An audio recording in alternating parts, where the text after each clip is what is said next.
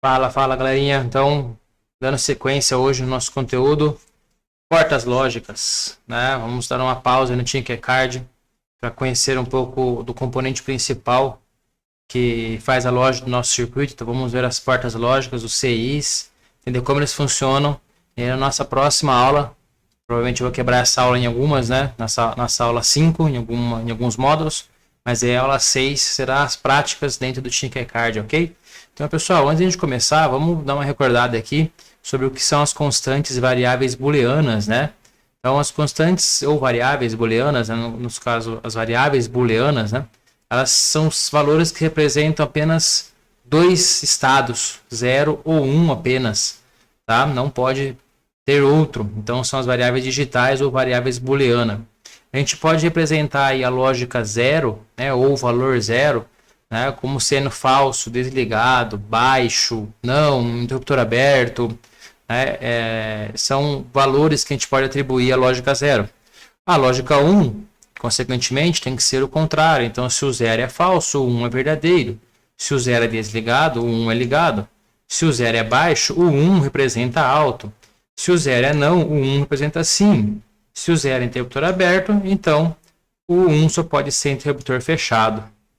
Ok? Então, sempre nessa linha, ok? 0 e 1. Daqui para frente, teremos apenas zeros e uns. Tá? E aí, quando a gente vai trabalhar em lógica, né, circuito lógico, a gente precisa de uma ferramenta, né, que é a tabela verdade. Tá? A tabela verdade, ela descreve a relação entre as entradas e as saídas de um circuito lógico.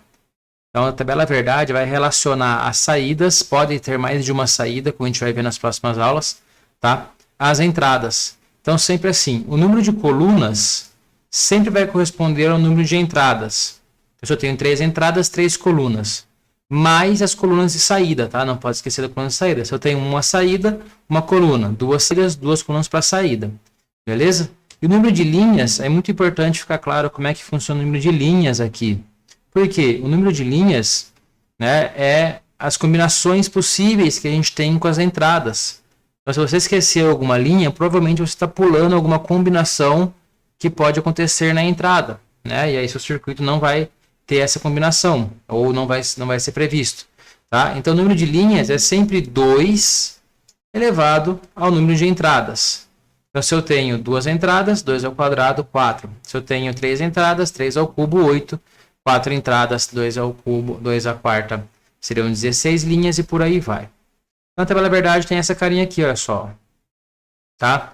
Então, as entradas A e B e a saída X. Você pode encontrar literaturas aí, né, a saída como sendo S, tá? Você pode encontrar a saída sendo como S aqui também, tá? Mas no nosso caso aqui eu estudei como X. Então, não é nenhuma porta lógica aqui, isso para vocês conhecerem realmente. Então, a gente tem as entradas, percebam aqui, ó, 2 entradas, 1, 2, 3, 4 linhas, né? 3 entradas, 1, 2, 3, 4, 5, 6, 7, 8 linhas, beleza? Se eu tenho 3 entradas, 3 colunas para cada entrada, mais uma coluna para a saída.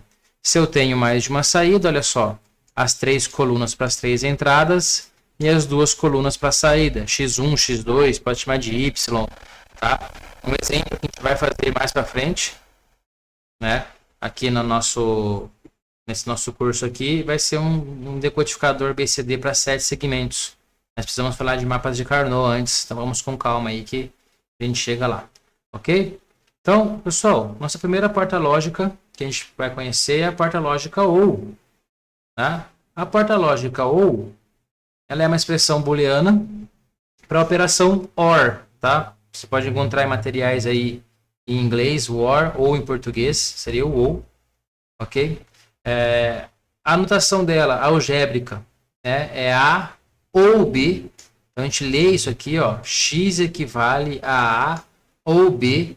Muito cuidado, porque esse sinalzinho aqui, neste contexto, não significa uma soma, tá?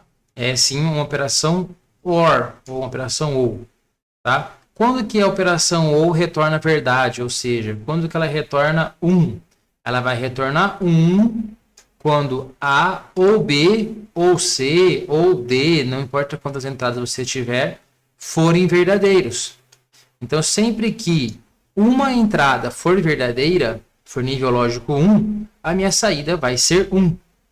E na prática, essa porta OU ela é feita pelo CI, que é o componente, né? Que a gente vai fazer a prática no Tinkercad, 74HC32. Ok? Então, olha só.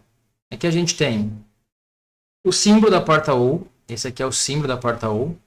Né? A tabela verdade. Perceba que quando as duas entradas forem 0, a minha saída é 0. E aí basta que eu tenha uma única entrada ou todas as entradas em 1 para a minha saída ser 1. Tá? Então, essa é a lógica OU. Ou um ou outro, sendo verdade, terá a minha saída como verdade. Esse aqui é o 74HC32. Tá? Percebam aqui que a gente tem 4 portas OUs com 2 entradas cada uma delas. E o pino 1, pino 2 é a entrada da primeira, pino 3 é a saída, pino 4, pino 5 do CI é a entrada da segunda, pino 6 é a saída, pino 7 é a aterrada e pino 14 é o BCC. E a gente tem a mesma coisa aqui para os pinos na parte superior do CI. Tá? A gente vai fazer a prática depois, que vocês vão entender essa ligação.